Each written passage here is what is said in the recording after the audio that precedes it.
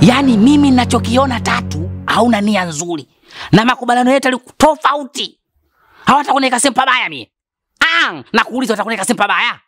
Chumvi, usisahau kuwa ulipokuwa ukilimia shamba na kupalilia, ulitegemea mavuno, na haya ndio mavuno ya dhahabu ya mgodi uliouchimba. Wewe mimi sitaki kusikia mambo hayo, unaelewa?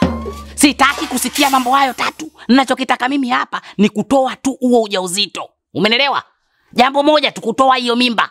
Mimi mimba sitoi. Kwanza naogopa kufa. Pili siwezi kutoa dhahabu ya mgodi niliouchimba. Hivi wewe unaogopa kufa? Una dhambi gani wewe?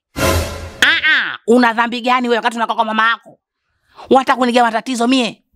Nifungwe miaka 30 jela? Nasemaje? Kama hutaki kutoa hiyo mimba, hapa unaondoka. Unanichekesha sana. Mimi mimba sitoi na hapa ndo nimeshafika. Nani kakwambia mimi hapa nitatoka? Yaani mimi hapa sitoki mpaka nitakapojifungua. Umefika kwa baba yako hapo, wewe mjinga, ni unaondoka. Nakwambiaje unatoi? Basi toka. Wewe nani ukapo? Toka kwangu. Wewe. Unatikisiki huyu. Alafu kafikia kwenye kitofa. Hey. Wewe. Tatu. We. Sitabona upumui Tatu wewe jamani. Ndo mambo yale haya Lulu na Steven Kanumba haya mambo kusukumana dakika moja tu mtu kasha kufa. Sasa unakufa vipi sasa hapa? Msala au nyumba za kupanga hizi jamani. Unapanga kisha kuja kinaona mimi hapa jamani ninafanya nini mimi jamani? Tatu. Wewe. Jamani nyie. Wewe. Tatu. Wewe.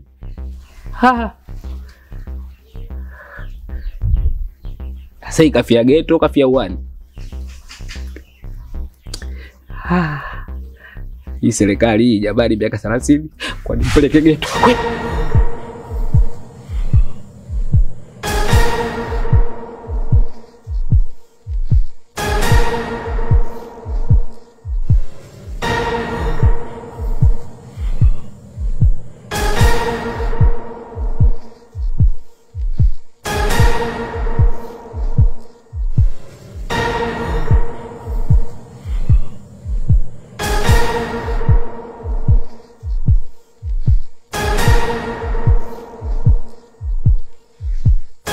Mama Tatu. Mimi nilivyokuona hapa ujio wako ndio unaleta rejesho. Kumbe mkuja mikono mtupu kweli? Usijali katibu kuhusu hilo. Mimi nimekuja hapa lengo tu ni kuhakikisha kama hupo. Mazali nimekukuta. Basi haina shida, acha mimi nikakuchukulie. Sitaki maelezo Mama Tatu. Nenda kachukue pesa. Nije ni saini uonekane umetoa pesa. Haya, umenikuta. Si ushaniona? Kalete pesa. Basi, ndio mchezo unaotaka. Mchezo pesa tu hapa. Haya sawa, acha nikakuchukulie. Sawa, kalete. Na nipo hapa, siondoki. So sawa tu nini hapo? Mimi siwezi kukaa hapa. Siwezi kabisa. Lakini MC, punguza hasira, maana hasira ni hasara. Ni heri ya hasara kuliko faida ya masimango. Ndugu zako wamezidi. Siwezi kukaa nyumba ambayo ina masimango kila siku. Lakini MC, umevumilia mangapi? Nikushinda hili kweli? Hata kama Nuru. Kwa hili siwezi, na kama unanipenda utanifuata. We MC.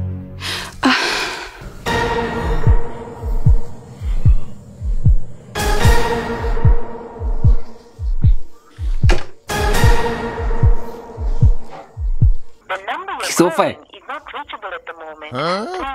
Bora japokea dada naye na sifa. Bila matatizo. Okay. Anakuaje bize huyu? Kisofa ndugu yangu. Ni mimi ndimi. Mwana kulifaindi mwana kuligeti. Nina matatizo. Naomba tuonane. Nina matatizo makubwa sana saiba yako. Tuonane. Kuongea kwenye simu mbala hatutaweza kupata mwafaka. Tuonane.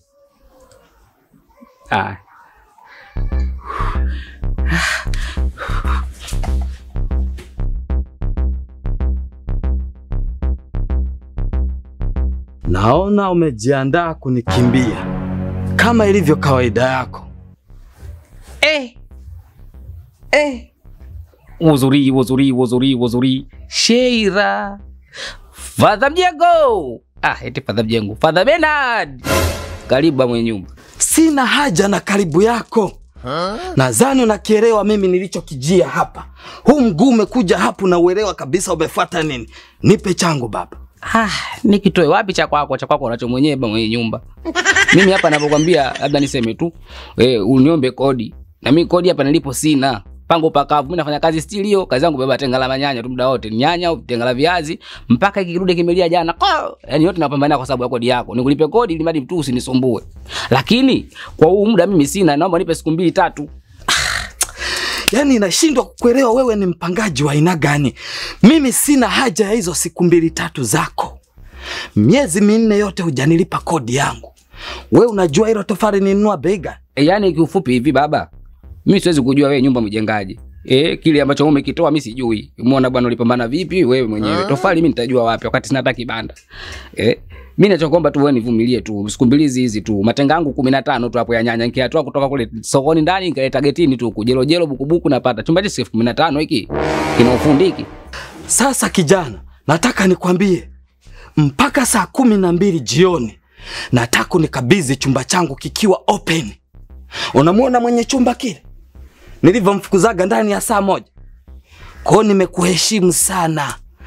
Kwa sababu baba yako alikuwa ni rafiki wa mjomba wangu. Otherwise ningekutoa kama yule jamaa nilivyomtoa. Ukukala makota gabei mpitiga, alafu ukupotu kundi kodi ya miezi gani? Na hiyo kodi ya miezi 4 siitaki, niachie chumba changu.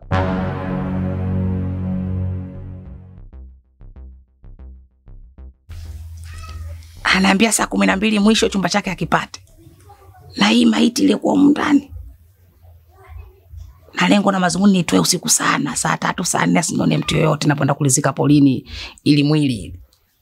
Sasa saa 12 ataka chumba inakuwa. Au ndo mitihani ya buku. Nauliza ndo mitihani ya buku au bwana shida jua hiyo jamani.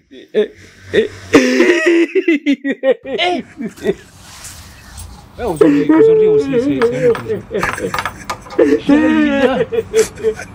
Mungu umemtendea gani? Nalia kwa aibu. Mbele sioni hapa nitajikwaa.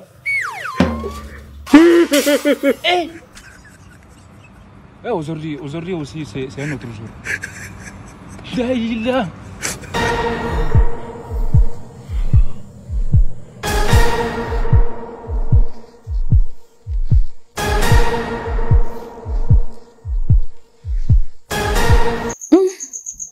Pesa yangu itakuwa imekwenda wapi?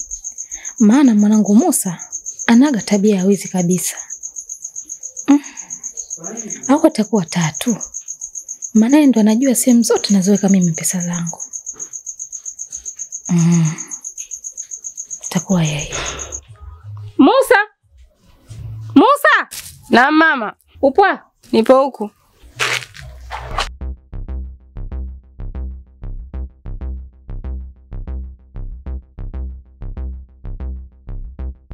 Dada yako yuko wapi? Dada 3? Una dada mwingine? Hapana mama. Nauliza ameenda? Sijajua mimi ameenda wapi. Haujui? Ina maana wewe upo nyumbani muda wote, yeye hujui dada yako yuko wapi? Ndio mama. Ina maana alivyoondoka haja kuaga? Ndio. Sawa, endelea na kazi zako. Chumvi nyingi. Muonekano wako unaonekana dhahiri kuna tatizo Tena kubwa. Haki ya Mungu ndugu yangu kubwa. Na pasipo kuangalia mimi napotea mimi. Napotelea jela. Alafu jela unapajua. Jela kuna manyapa. Na mimi nina roho ya tamaa. Siwezi kukaza mikukaa na njaa. Hapana siwezi. Usizunguke sasa. Mimi ni ndugu yako. Niambie tatizo ni nini? Ndio maana niko hapa Swaiba nikwambie ukweli. Nasitaki kuzunguka pia. Mimi mwenzako nimeua. Umeua? Mani. Hiyo hiyo nilisema wakati niko chumbani na maiti. Lakini hakunisaidia chochote. Niko hapa kwa ajili ya wewe unisaidie ndugu yako. Nishakwama, haki ya Mungu. Nafsi inapuita kama kidonda kibichi. Ndugu yangu pagumu hapo.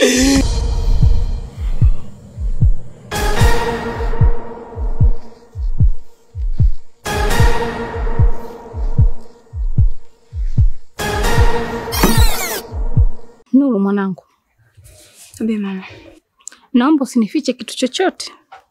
Yaani nimetoka zangu nyumbani mguu wote mpaka nakuja hapa nimekufuata wewe. Nataka tu nikuulize. Umemwona mwanangu Tatu leo tangu asubuhi?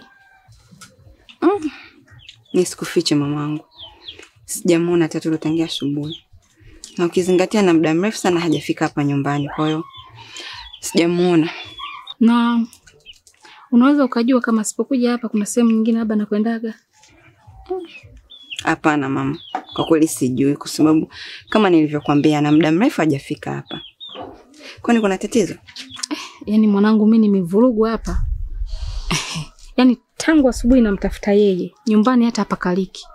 Na unajua leo kabisa ni siku ya vikoba na kuna vijisenti vyangu kidogo kuna sehemu naikaga na yeye peke yake ndo anajua ilipo. Na nimetafuta mwanangu, sijaiona.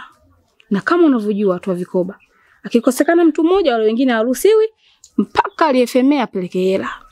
Na katibu ananisubiria mimi. Kwa kweli mama mimi sijamuona.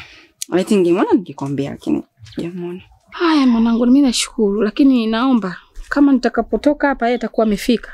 Naomba umpe mama yako anakutafuta. Na naomba sasa hivi asikae aje nyumbani. Sawa mama, ina shida mimi nitamwambia. Haya mama, kwa heri. Karibu. Umeona? Yule ndo yule mpenzi wako yule. Ndo yeye. Na uwezi kuamini. Pale amefariki kabisa pale. Unamwona pale, hapumui pale. Umeone? Yani maji kama barafu yameganda. Ninavyokuambia hapa nimechanganyikiwa. Naomba unisaidie ndugu yangu. Nini sasa jamani? Unajua chumvi? Huu moto uliowasha ni wa kifuu. Yaani kama ni gesi inawaka, ushaharibu kila mambo. Tunafanyaje sasa? Tunafanyaje mimi nakuuliza wewe tunafanyaje ndugu yangu? Mimi hapa sina hata cha kufanya. Ndio maana nimekufuata wewe nikakwambia ndugu yangu mimi nataka unisaidie. Ile simu niliyokupigia mpaka tumekaa hapa tunazungumza mpaka nakuacha tukio nyenye ndo lile pale lile. Wewe ndo wakunipa mawazo. Mimi hapa mawazo yote yameshapotea. Haki ya Mungu. Okay. Mimi nakupa wazo moja. Tusubiri giza liingie. Likishaingia giza, tunabeba umwili, tunaenda kufukia polini. Unazungumzia giza.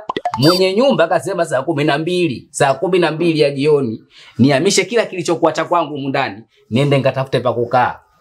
Yaani ninapokuambia najaribu kujiuliza saa 12 mwenyewe unajua bado. Haya, mfano amekuja kutoa vitu vyangu hapa kwa nguvu, wamekuta ile maiti, nitakuwa mgeni wa nani mie? Odi. Odi hapo. Karibu. Karibu. Samani. Nilikuwa na shida na dalali Nyao. Sijui nimemkuta. Dalali Nyao wewe una shida naye gani? Mimi nilikuwa nataka chumba. Na nilikuwa nataka chumba leo hii kwa haraka sana. Basi, chumba umepata.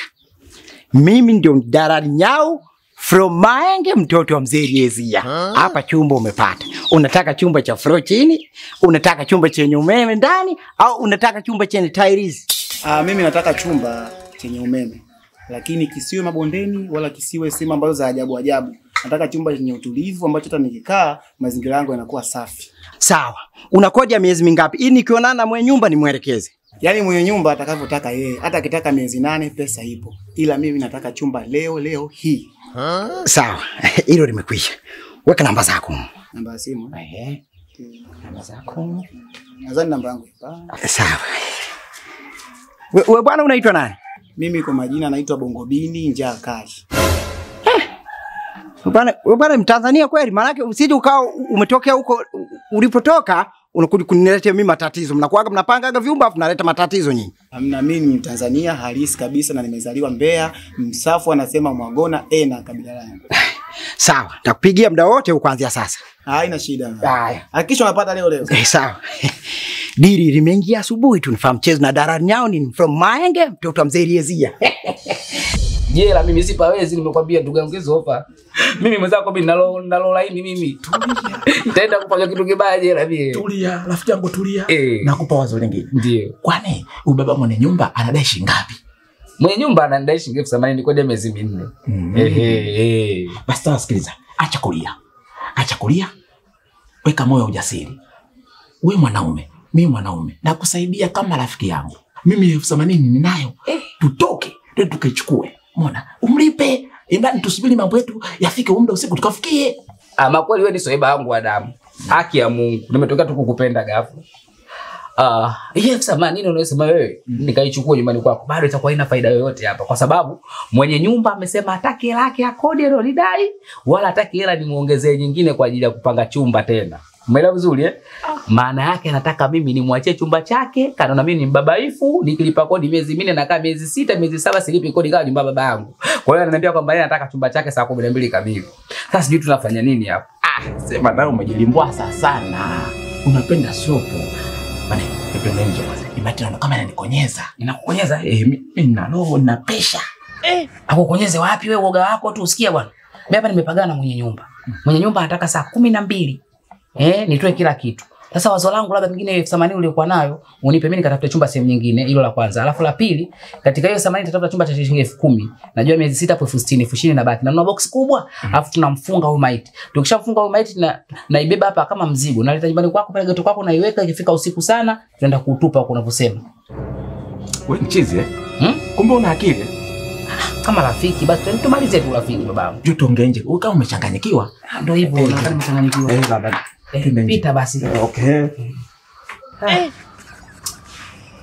Aujourd'hui aussi c'est un autre jour. Daïla.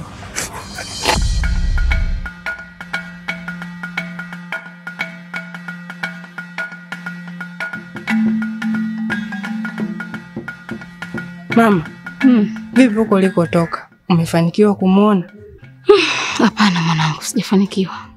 Na kinachonichanganya zaidi, mimi kuna pesa niliweka ndani huko. Naye peke yake ndo anajua ilipo. Sasa nimeingia ndani huko nimetafuta kila kona, sijaiona. Na yeye hayupo na nilipotoka nako sijamkuta. Na huko nilipotoka nasubiriwa mimi. Katibu anielewi mpaka saizi namzungusha. Na nimemwambia narudi nyumbani kufuata pesa. Sasa itakuwa kaenda wapi?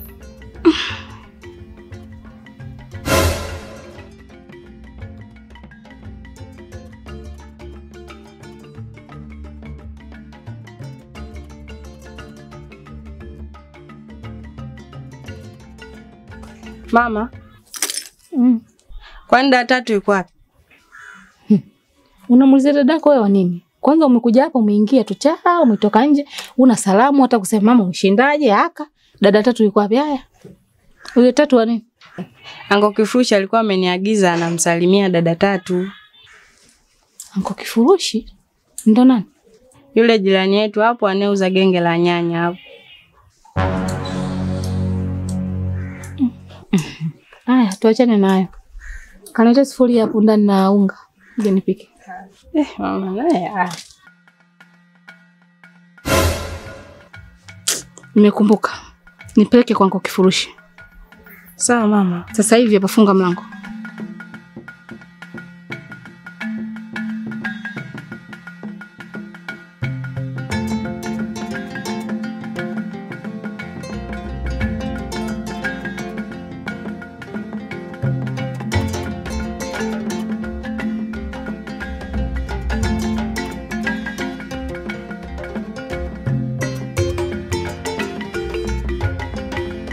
Wewe bwana wewe.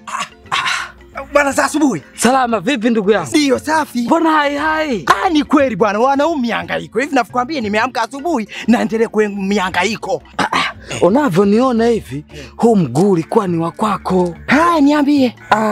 Bwana pale kwangu nina chumba kinahitaji mpangaji. Kwa ukisikia mtu anahitaji chumba, mulete. Wewe bwana una bahati kweli kweli. Hivi nakwambia asubuhi kaja mteja pale. Anataka chumba, kaja boss pale anataka chumba. Ndio nasema una bahati kweli kweli. Sasa sawa.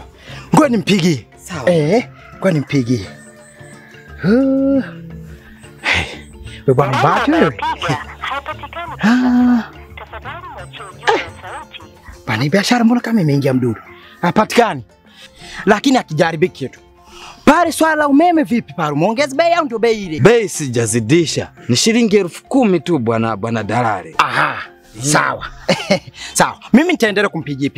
Nimpigie akipokea tu simu na kuja nyumbani. Sawa. Ila sasa nikusisitizie kwa hili ndugu yangu. Ndio. Jaribu kuniangalizia mtu ambaye atakuwa anaeleweka, sio msumbufu wa kodi. Kwenye swala hili ngoni nimkingi kifua. Kwa sababu alivyokuja hapa nimuulize, wewe bwana sio Mkongo, maana yake ana kitu kama bridge hapa. Kaweka marangi nikamuulize, bwana wewe ni Mtanzania kweli au si Mkongo, umetoka nyumbani umekuja huku? Kaniambia bwana mimi ni Mtanzania na mtu nimetokea Mbeya huku. Nikaambia basi sawa, hapo mkutana na mtu anaitwa mtu kutoka Maenge, mtoto wa mzee Riezia. Ndio tumkuja kutafuta kazi. Sawa.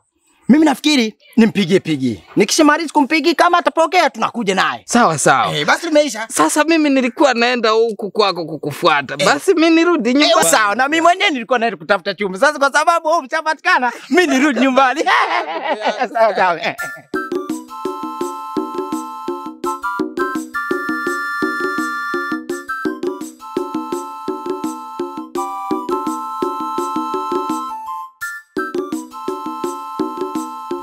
Kama mambo shemeji yangu. Fresh dishem. Yani kama mboka mtu mzima. Haya, umetokea wapi? Nimetokea kule juu kwa shangazi. Vipi kakako yupo? Asubuhi nilienda nilimkuta lakini sasa hivi sidhani. Haya ngoja basi mimi niende nikamwangalie. Haya. Wewe, asa mbona niangalia kama hivyo? Natamani siku moja niwe kubwa kama kaka. Wewe bwana mambo yako.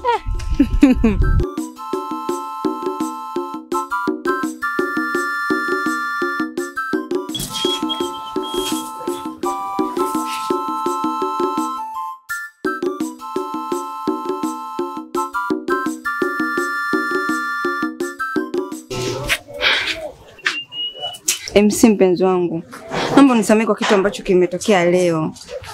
Unajua kiasi gani nakupenda, lakini familia yangu na wazazi wangu ndo wanasababisha. Hivyo basi, nilikuwa nakuomba ukifunga ofisi urudi nyumbani, maana najua unapa kulala zaidi ya nyumbani. Kuitafuna Big G sio na ladha, sio shughuli ndogo. Nimevumilia vya kutosha. Siwezi kuishi katika misingi ya manyanyaso nyumbani kwenu. Yote kwa sababu sijakuoa. Na maana ningekuoa yote nafikiri asingeweza kutokea haya. Labda nikwambie kitu kimoja, siwezi kurudi nyumbani kwenu. Mimi nitalala hapa gengeni kwangu. Naomba nisamehe kwa hilo. Kwa nini unakata tamaa mapema? Kwa nini unavunjika moyo mapema kiasi hicho? Unajua jambo letu bado kidogo tu tunalimaliza. Nyumba yetu bado bati tu. Hata kama hatujaweka tiles, hatujaweka cement, hatujaweka hata madirisha, tutahamia hivyo hivyo. Mpenzi, vumilia. Please, nakuomba rudi nyumbani leo.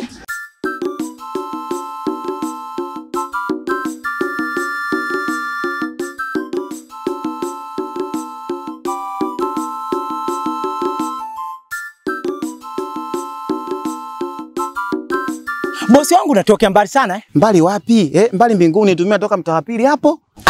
Mama umenichomesha maini, nimekaa hapo watu wazima wenzangu wanapita hapo juu labda nasubiri madem. Alafu simu yako imenisurprise sana. Nilivyoangalia na napiga dalali nikasema sikubali. Hata kuoga sijaoga, nikapiga passport nikanawa mabuti. Chapu ni wapi? Ni kweli simu yangu ya heri, chumba nimekipata. Na ndio maana nimekupigia tu mguu wangu mpaka kwa nani? Kwa mwenye nyumba. Twende tukaiangalia, na imani utaipenda tu. Sawa. Na imani utaipenda kwa sababu service zote zinapatikana. Nakwambia nyumba hii bombi. Pesa ipo, tuondoke.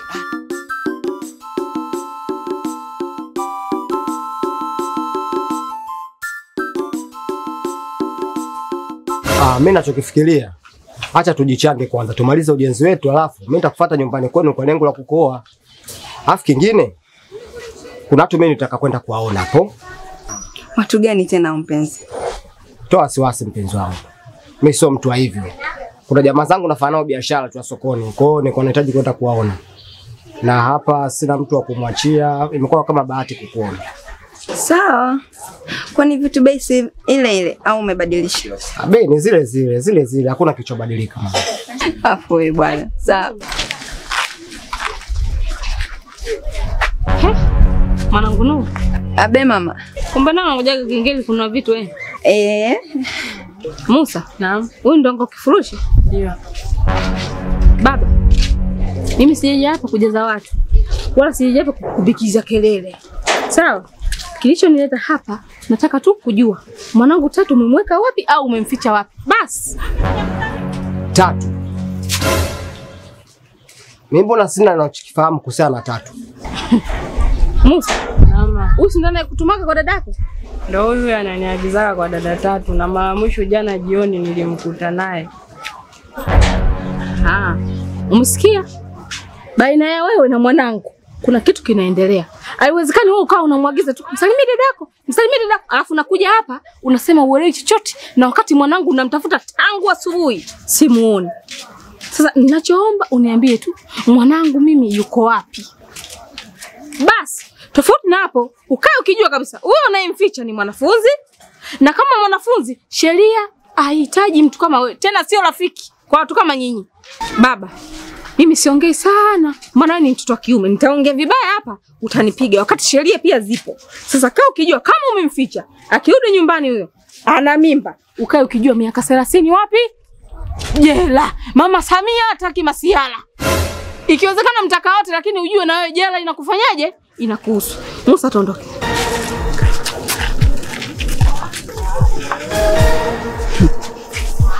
Sitaki kuamini. Unatembea na shoga yangu Tatu. Hapana. Hapana mpenzi wangu.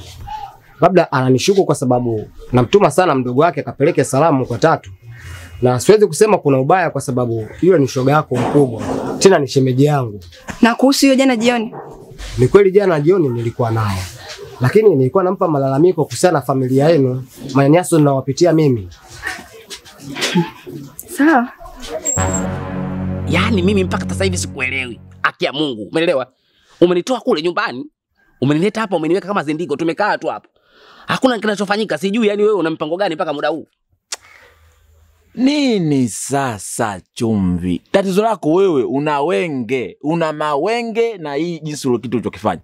Tumeongea muda sio mrefu, tunatoka mpaka tumekuja kukaa hapa. Nimekwambiaje? Namsubiri kijana wangu aniletee hiyo hela katika banda la mkaa kule. Sasa tatizo hapo liko wapi? Tatizo nini tena? Bado unanilaumu nini sasa? Yaani mimi ninavyokuambia kila wakati yale mauaji yanajirudia. Yaani hapa nilipo ninavyokuambia naona kabisa yani. Namuona kabisa Tatu huyo anakuja. Kuna muda fulani nilikuwa nimekaa na ipapo naona Tatu kama kavaa kijola cheupe. Yaani mfano wa sanda kile kimeshona kama kijola. Anakuja. Sio unaelewa vizuri? Kwa hiyo bwana mkubwa, wewe umeniambia unanipa shilingi 80,000 ili nijue kwamba nafanyaje mpango kwenda kuchukua chumba. Mpaka muda huu tunakaa tu hapa, hakuna shilingi 80,000, hakuna shilingi 20,000. Tatizo kwamba anachelewa. Kwa tatizo yako wewe unataka unichanganye na mimi. Nani? Huyu si ndio mchumba wangu ndio kwamba nataka kumuoa Maina. Bana nipigia simu. Pokea. Halo. Baby. Upo wapi? Mimi nimekuja hapa kwako sijakuona. Na nimeangalia funguo hapa chini hujaweka. Sijui kwa nini hujaacha. Mimi nimetoka hapo, nimesafiri mimi. Nimekuja Ikwilili huku. Umeelewa? Sasa unakuja nyumbani bila kunipigia simu. Ungeniambia kwamba mimi natoka nakuja nyumbani kwako, unakuja tu nyumbani kama chapi inakuaje? Mimi nipo Ikwilili huku nimesafiri. Umesafiri? Hebu acha masiara bwana. Mimi nimekutana na mdogo wako ameniambia upo umesafiri saa ngapi? Umeona na mdogo wangu Klamu?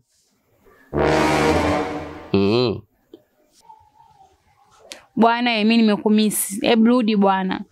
Yaani nitaka niondoke kesho ila sasa hapa ndo kuna mipango fulani nafuatilia hapa ya kuchukua nini huu. Nataka nifungue kilinge kule Ikwilili. Ndio natafuta nini sasa, natafuta mpogopogo, minyanyala na nini una kivumbasi. Nataka ni vichume nike kwenye kiroba niondoke navyo. Kwani naweza nikaondoka usiku au nikaondoka kesho asubuhi? Acha makuzi. Unajua mimi nipo kwako hapa kweli. Sasa nikutanie ili iweje? Wewe nenda unanisubiri vipi bwana wewe nenda. Una vipi eti yuko nyumbani kwangu pale ananisubiri nje. Huyu vipi agama ndazimu nini? Sasa cha ajabu nini hapa? Kuja kwake ushangae. Yule si mpenzi wako. Kaja kwake. Ila cha kufanya mwambie hapo aondoke. Sawa ni mtu wangu lakini mtu hawezi kuja tu kama chafi. Mimi sijamuoa bado. Mtu wewe mchumba yako tu mtu wala wako ndo anakuja kama vile kwa maamuzi mengine. Halo. Dalali. Aha, nipo hapa kwenye nyumba yangu hii yenye geti jeusi hili. Napopangishaga hapa. Wewe si nilikuletaga kipindi kile wakati unamleta yule mpangaji mwingine? Hapa hapa kwenye mnazi hapa. Aha. Hauko mbali sana eh? Haya basi nakusubiria hapa nje, niko hapa. Haya sawa.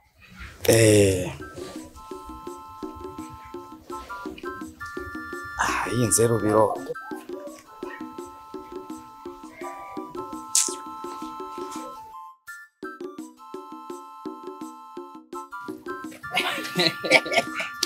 Nilikwambia sile mimba kwa mwandiko. Bosi wangu ya. Ndio huyo. Haya bwana, karibuni ndani. Karibu.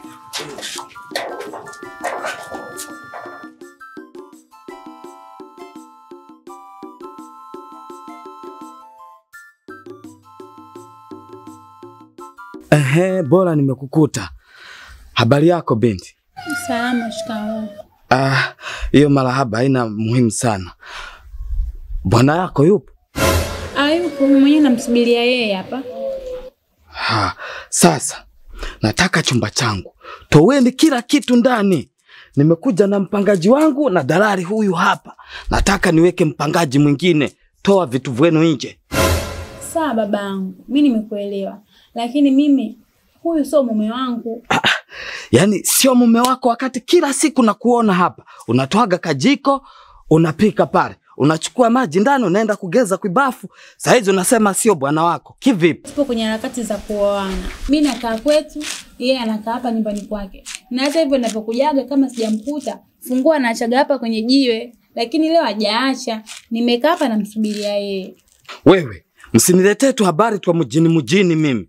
Maana mumeo ni msumbufu kunilipa kodi zangu. Tavunja kakitasa yako, ninunue kitasa kingine, hakinishindi mimi.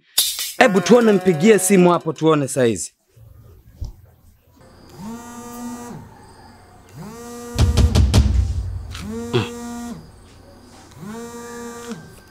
Bwana piga tena.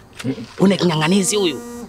Nitakuwa simuoi mimi kwa sababu gani unajua vitu vingine bwana sio usete unganganizi sana. Mtu anakuambia hayupo, unapiga simu ili iwe. Utaamua vipi na unaenda katika miaka 30 wewe? Ya nini naacha kunitisha bwana? Pokea. Halo. Halo. Nakwambiaje? Hapa amekuja baba mwenye nyumba yako. Amekuja na dalali na mpangaji. Anasema kuwa inabidi uhamie kwenye hiki chumba chako. Sikia. Toka hapo. Jifanye kama unataka kuongeana na simu pembeni. Kuna kitu nataka nikupanga, toka hapo. Polisi.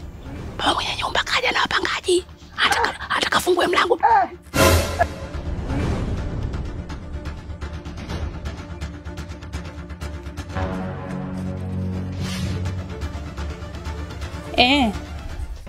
Halo. Tayari nishatoka, nipo nje hapa. Sasa sikia. Hapo mimi nadaiwa kodi hapo. Mimi nimekimbia, ndio maana nikakwambia nimesafiri kwenda Ikulili. Hapo nimekimbia napeleka hiyo mpogopogo, viumbasi kwenye kilinge kule cha mtu mmoja aitwa Mtoperwa. Sasa nikishapeleka kule na kwa nikimwachia na niga shilingi 70. 70 naje kulipia kodi hapo. Wewe toka kimbia hapo, ukirudi hapo watakwambia uvunje mlango hapo waingie ndani. Na wewe wanakujuaga hapo. Sababu mara nyingi sana ukijaga hapo kushtua kijoto wanakuonaga. Show time zako ukijaga hapo nyumbani kwangu wanakuonaga. Sasa wai kimbia, ondoka. Usirudi ndani. Basi haya sawa, mimi sirudi tena ndani. Haya poa. Nyie msijali. Nadhani sasa tokeni juani, njoni tukae huko kwenye kimvuli.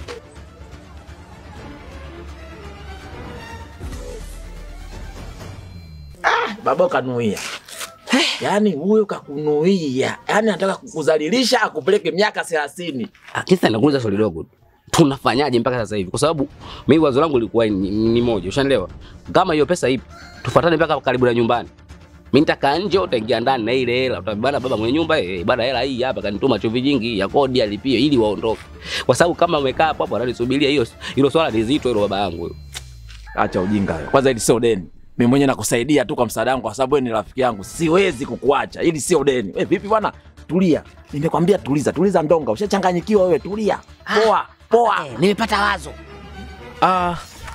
Samani, naomba niulize. Hivi mnataka mnipangishe chumba ambacho mpangaji hajahama au? Mimi mwenyewe naona manjege kwa sababu baba mwenyewe tulivyoonana pale niambieni. Bwana dalali, tulivyoonana nilikwambia chumba kipo kinahitaji mtu, lakini huyu bwana ni mtata kulipa hela. Wala la bwana, huyu ni msumbufu, miezi 4 hajanipa hela. Kwa hiyo nilitaka nimtoe kwa nguvu, na hata sasa hivi ninavyokuambia anatoka. Yaani yule binti ninavyomuona kwa macho yangu ni mjanja. Hawezi kurudi. Tutakaa hapa mpaka jua linazama. Kwa mawazo yangu ni heri niondoke niende, kwa sababu namba zangu anazo. Atanicheki mimi nitakuja chapu. Umesikia bosi wangu? Wewe usiondoke. Usiondoke. Kuna moyo wa uvumilivu. Mimi nina kazi. Sijamaliza. Hakuna moyo wa uvumilivu. Sasa hivi tu tunaondoka. Si ameenda kuongea na simu anarudi sasa hivi babu. Nyie msiwe na shida.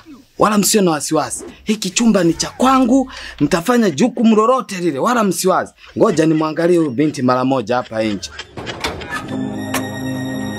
Msikitaji. Yaani hapa chumba unakipata. Chumba hichi kizuri sana. Mimi nilishawahi kumtaka kumpangisha mtu hapa ndani kukubwa. Yaani unaweza kuweka vitu vyako vyote na ukitimiza. Bomba lile pale, chumba hichi hapa. Wewe nyumbani kwako basi una TV pale inchi 32 flat.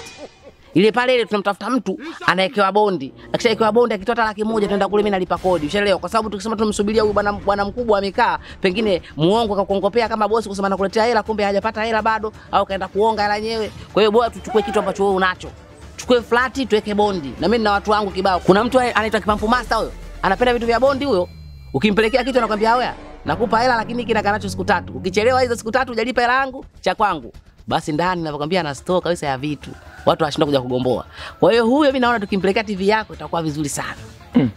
Wewe una TV? TV ninayo, ila TV yangu mimi na matatizo. Ukiiwasha inatokea rangi ya blue tu, ukinalia Watu wa bondi hawaangalii hilo. Wao wanatujali ni TV yako ni kuweka bondi tu basi. Peleka kwako. Wewe sio kwa Kipampu. Kipampu anakagua mpaka kama mtu achatiza mpira mle ndani au mtu anaongea hivi mdomo unanyanyuka namna hiyo. So umpe blue asemeta akagui. Wewe Kipampu unamjua? Kipampu analomba hela yake atoe hivi hivi. Acha uchizi. Kwa mpole. Tuweze kumbwaye, nataka nikajipeleka hiyo. Acha kumbwea. Shida unanichelewesha. Mimi nina kazi nyingi, afu angalia muda mahali nimeacha vitu vingapi huko, umeniambia chumba kipo. Haya, kiko wapi? Kiko wapi? Chumba si hiki.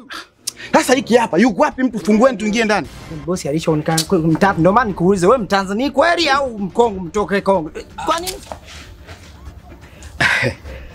Naona ametoka, anaenda kufuata funguo ili aje afungua nikabidhi chumba. Dalali, mambo hapa yanakuwa mengi. Mimi naona tuondoke, tutarudi tena. Huyu namba zangu anazo. Au kama vipi? Acha tuvunje kamlango, tutoe vitu ni wakabidhi chumba. Ayai, kwa jambo hili unileke. Mimi ni dalali tu, sipewe mamlaka ya kuvunja milango ya watu. Unaweza ukaingia huko mtu kaweka pesa zake, sasa nilikuwa na milioni zangu 2 tukataa. Sasa sisi tunakuacha. Wewe na mpangaji wako mnajuana wenyewe. Mimi na bosi wangu ngoja tuondoke. Wewe utakapata utanipigia simu kani nikupigie. Uwe Nshito.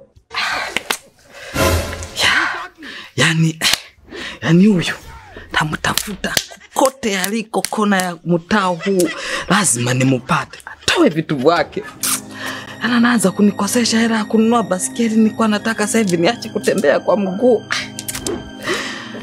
Lakini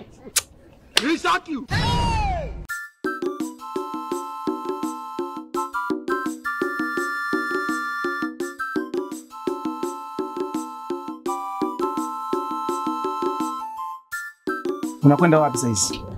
Natoka tu mara moja kaka. Nilikwambiaje kuhusu kutoka hapa na nani kakupa ruksa? Hivi kaka, utachunga paka lini? Dada, sio kwamba napenda kukuchunga. Na hakuna kaka ambaye anaweza kumuona mdogo wake anapita kwenye njia ambayo sio, alafu amwache apotee. Atakuwa sio kaka. Na kama ni kaka atakuwa hana akili. Wewe hapo ni mchumba wa mtu, unakaribia kuolewa. Hivi mfano huyo mwanaume wako huyo atoke huko Arusha aje hapa, akukute huko na tabia kama hizi hapa. Sisi hapa kama familia tunaonekana vipi? Sitaonekana hatuna akili wote. Kaka, nenda mara moja tuko mwa Juma. Muda si mwingine arudi. Dad.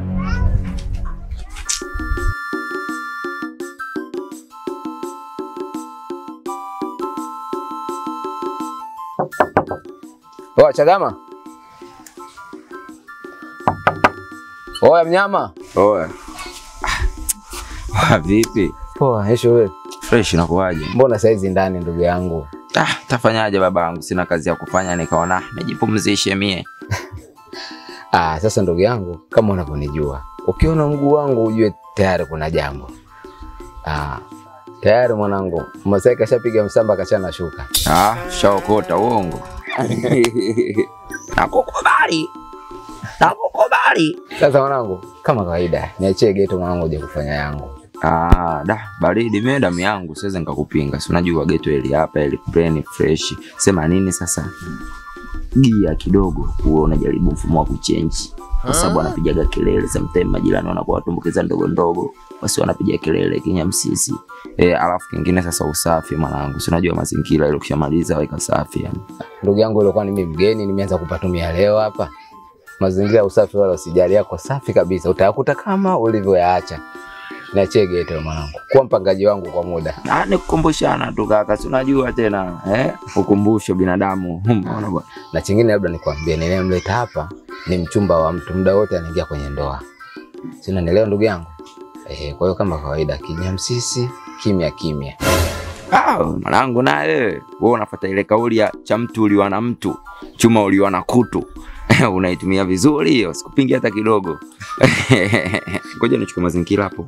Nitoke, nikuache mwanangu. Uzagamue. Mwanangu kuzagamua. Official Chendu.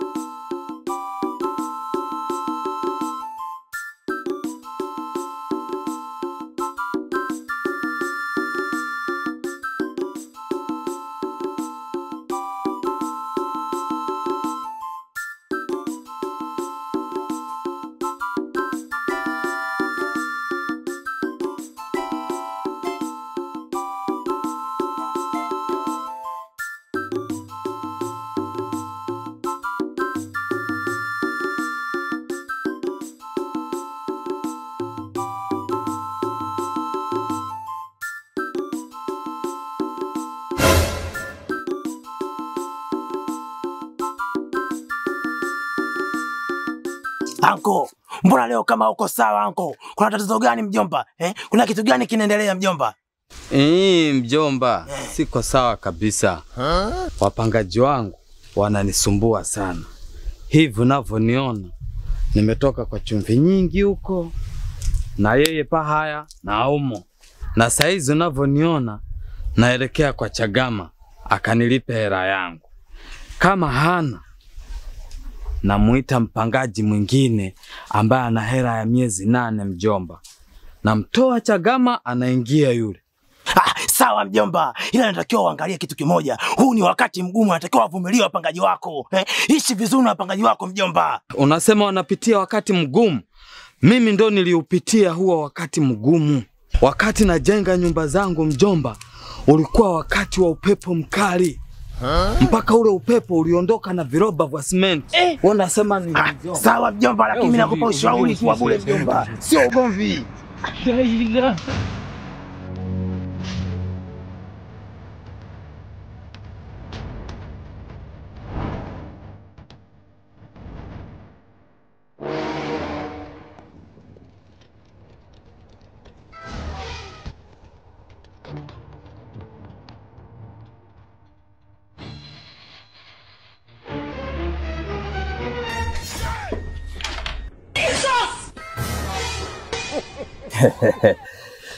Leo hii imekuwa vizuri sana. Hajafunga hapa. Inaonekana huyu yuko hapa mtaa huu. Leo hii ndo kitaeleweka kwamba Nemwa na Wananzunda au Nemwa na Wananu lazima lipe kodi. Ndio nimfungulie. Hana naweka wapangaji wengine hapa. Upukupuku na ujinga mimi nimeachana nao. Kuwavumilia wapangaji wenyewe watoi hela.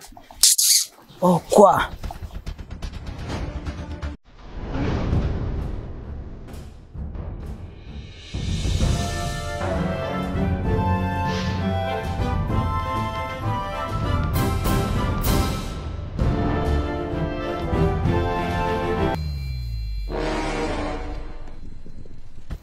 Sasa hizo.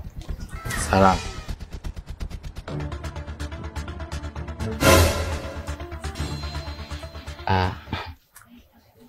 Samahani mzee wangu. Nilikuwepo humu muda sio mrefu na nimetoka nimerudishia ili komeo. Lakini ninashangaa nimeona kufuli hapa. Labda umefanikiwa kumuona mtu yote kuja kuweka ile kufuli? Hapana, aliyefunga ni mimi mwenyewe, mwenye nyumba. Una mamlaka gani ya kuingia huko? Mwenye hiki chumba ni rafiki yangu na ameniazima tu kwa muda, lakini sio pango. Yaani chumba changu ndo mnaazimana, sio? Chumba shanile lilishe mwageuze mwabiha yaba ndanjiri ya kuti mwazimana jabuli? Hivi mulivuli mkoje nyie? Sikiliza bwana.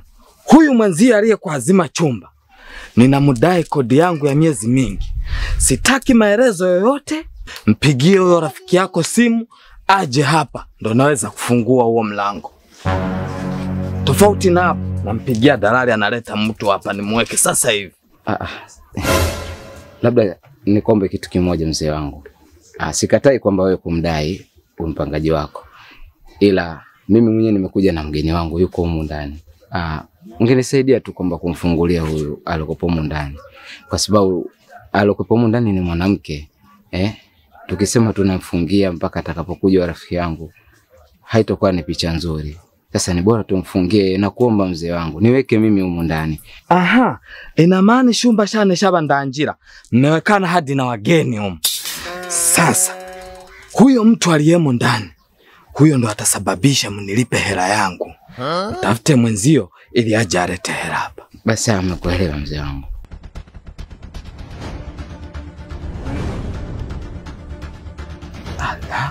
Yaani kufanya mchezo mshumba shani. Ngoja nimpigie dalali hapa alete mtu.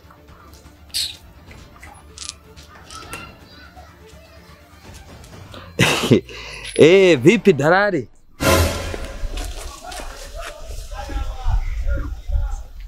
Halo Shagama. Sikiliza kwa nikwambie. Mimi sijamaliza. Hata hiyo issue yenyewe sijafanya bado. Wakati nilikuwa na huyo mwanamke huko ndani, akaniomba kwamba nikamchukulie chakula. Nimetoka nimeenda kuchukua chips, narudi hapa nyumbani namkuta baba mwenye nyumba yako. Bwana, nina chumba kiko open hapa. Yule jamaa aliyekuwa anataka chumba mulete sasa hivi nije nimkabidhi chumba. Huku kile huku kwenye nyumba nyingine hii ambayo ulimleta yule nshito yule. Huku. Haya. Wakufanya matona sana ni vumba vumba. Hajui tofali moja nililipa shinga. Hapo mlangoni amefunga na kufuli. Nakasema hafungui mpaka utakapokuja wewe. Sasa mwanangu, yani napagawa kwa sababu ukiangalia na mwanamke huko ndani mwanangu sija. Yani itakuwaje anafuka kama unavyojua mchumba wa mtu mwanangu. Sasa ukisema hivyo mwanangu Chagama mimi nitafanyaje unadhani? Fanya hivyo mwanangu, hebu njoo bwana tujue tunafanyaje.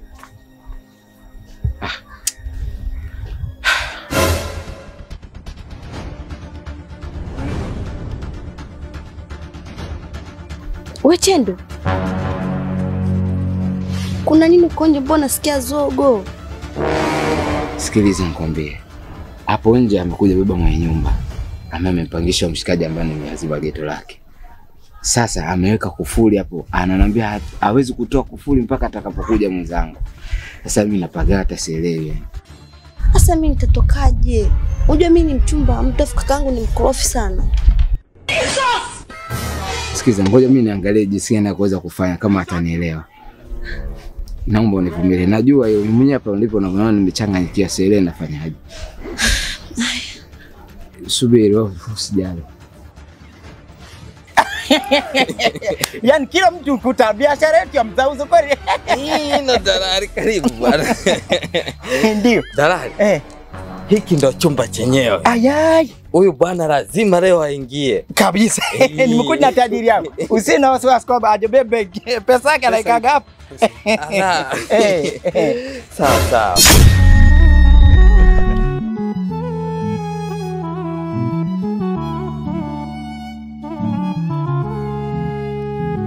La la la la la la la la la la la la la la la la la la la la.